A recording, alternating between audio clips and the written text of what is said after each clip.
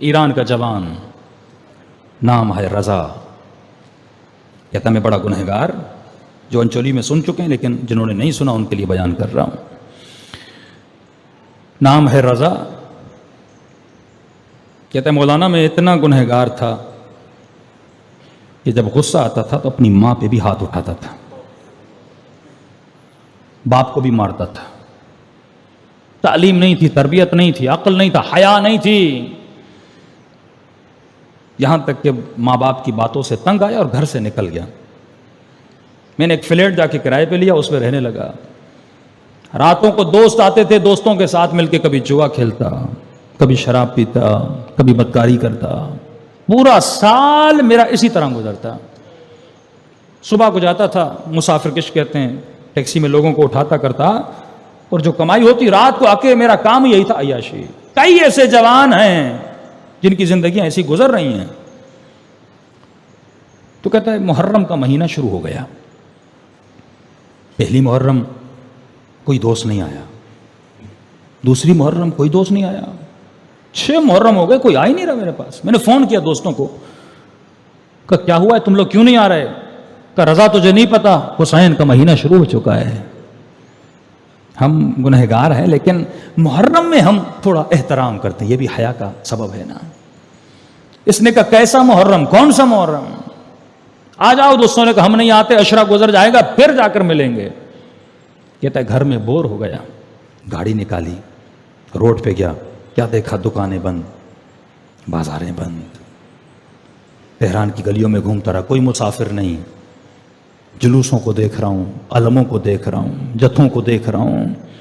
اتنے میں روڈ پہ ایک جوان لڑکی جا رہی تھی، گاڑیوں کو روک رہی تھی۔ میرا کام تھا مسافر کشی، میں نے اس جوان لڑکی کو گاڑی میں بٹھایا۔ کہاں جانا ہے؟ اس نے کہا سامنے، مجھے آپ اتار دیجئے۔ گاڑی چلائی۔ کہا تھا تو میں بد کردار نا، تہذیب تو میری کوئی تھی نہیں، تربیت تو کوئی تھی نہیں، میرے ذہن میں شیطان آیا، نیت خراب ہوئی، میں نے گاڑی کو پلٹا اور اپنے گھر کی طرف جانا چاہا۔ یہ جوان بچی پریشان ہوئی، کہا آپ کہاں جا رہے ہیں؟ میں نے اپنے ارادہ بتایا اسے، وہ ڈر گئی، کانپنے لگی، وجود کانپنے لگا۔ اس نے کہا تجھے شرم نہیں آتی؟ حسین کا محرم ہے، عزاداری کا مہینہ ہے، لیکن جو بے شرم ہو وہ مجلس سے بھی نہیں مڑتا، وہ جلوس میں بھی بے حیائی کرتا ہے، جس کے وجود میں حیا نہ ہو۔ اس نے کہا کیسا محرم، کون سا محرم؟ مجھے جو کرنا ہے میں کروں گا۔ کہتا وہ رونے لگی جوان بچی۔ اس نے کہا محرم کا حیا نہیں کرتے، میں سیدزادی ہوں، میرا حیا کر۔ کہتا پھر بھی میں باز نہیں آیا۔ اس نے کہا اگر میرے سید ہونے کا حیا نہیں کرتے، میری اماں زہرا کا حیا کر،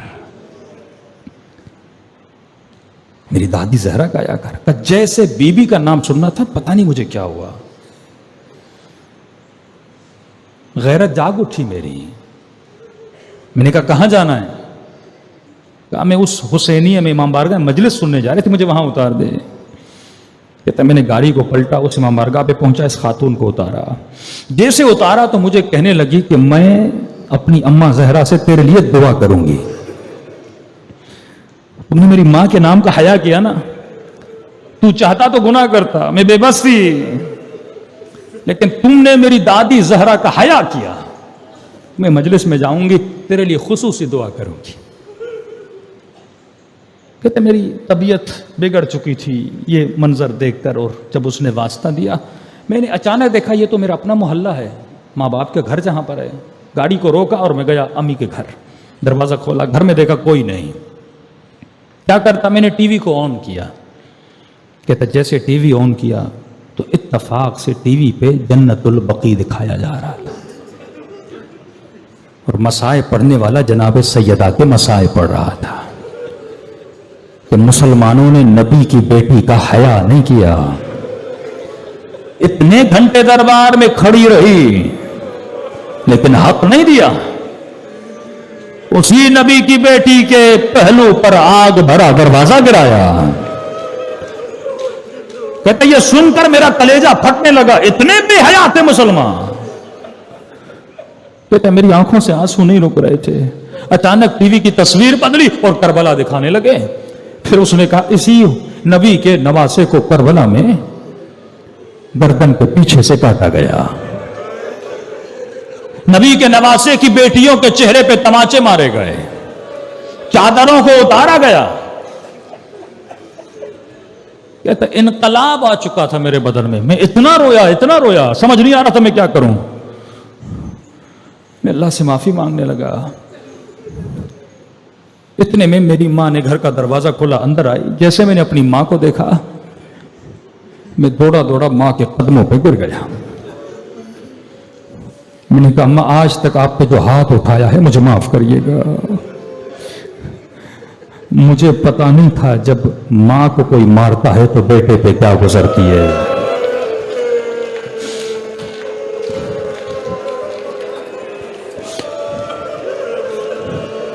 ہمارے استاد کہتے تھے تصور کرو کسی گلی میں تمہاری ماں کو کوئی تماچا مارے،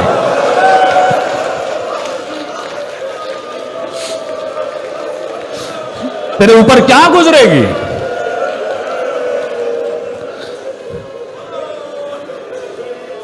کہتی ہے میری ماں نے بڑے پیار سے میرا سر اٹھایا اور مجھے کہا کہ رضا تو آج بدلا لگ رہا ہے، تو وہ نہیں ہے جسے میں نے چھوڑا تھا۔ تو کہتے میں نے رو کر کہا اماں حسین نے مجھے بدل دیا ہے۔ میں نے کہا اماں کہاں سے آ رہی ہو؟ کہا مجلس سے آ رہی ہوں، گھر میں کچھ کام تھا۔ کہا مجھے مجلس سے امام حسین میں لے کر چلو، یہ مجلسیں وجود بدل دیتی ہیں، لمحوں میں کردار کو کردار بنا دیتی ہیں۔ ایک مرتبہ مجلس میں گیا، سارے محلے والے جانتے تھے کئی سالوں سے میں نہیں آیا تھا، اس جوان کو کیا ہوا جو آج مجلس میں آیا ہے؟ کہتا بہت رویا۔ میں نے کہا اگر اجازت ہو میں امام کے رونے والوں کو چائے پلاؤں، خدمت کروں۔ انہوں نے کہا رضا کیوں نہیں، بسم اللہ آؤ خدمت کرو، یہ تو فرش ہی اسی لیے۔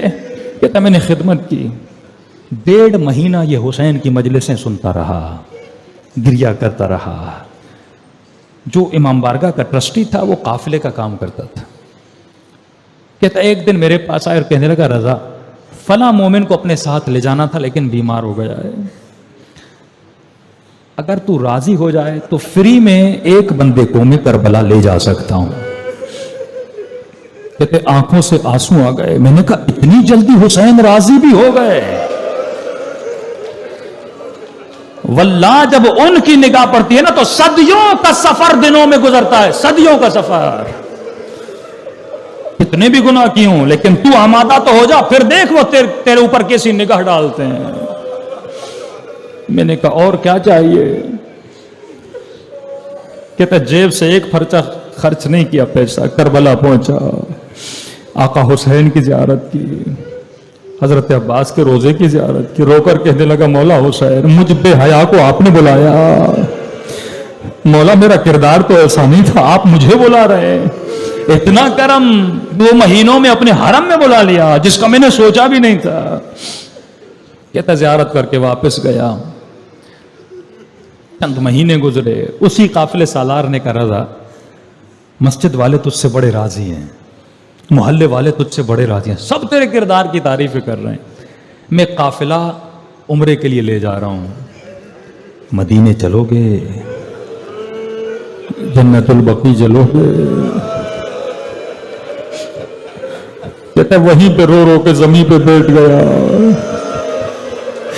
کہتا لگتا ہے حسین کی ماں بھی راضی ہو گئی ہے۔ اتنی جلدی بھلا کون ماں بھی راضی نہیں ہوتی، باپ بھی راضی نہیں ہوتا۔ میں نے کہا کیوں نہیں چلوں گا؟ مدینے گیا، جنت البقیع گیا، بہت رویا، بی بی آپ مجھ سے راضی ہو گئے، آپ کا شکریہ۔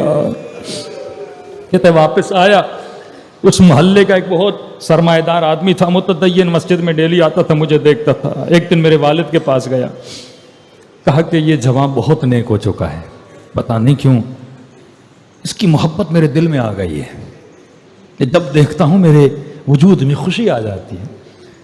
کہا کہ اگر زحمت نہ ہو تو میں چاہتا ہوں میری بیٹی کی شادی رضا سے ہو جائے۔ باپ نے کہا میرا بیٹا جانتے ہو چند مہینے ہوئے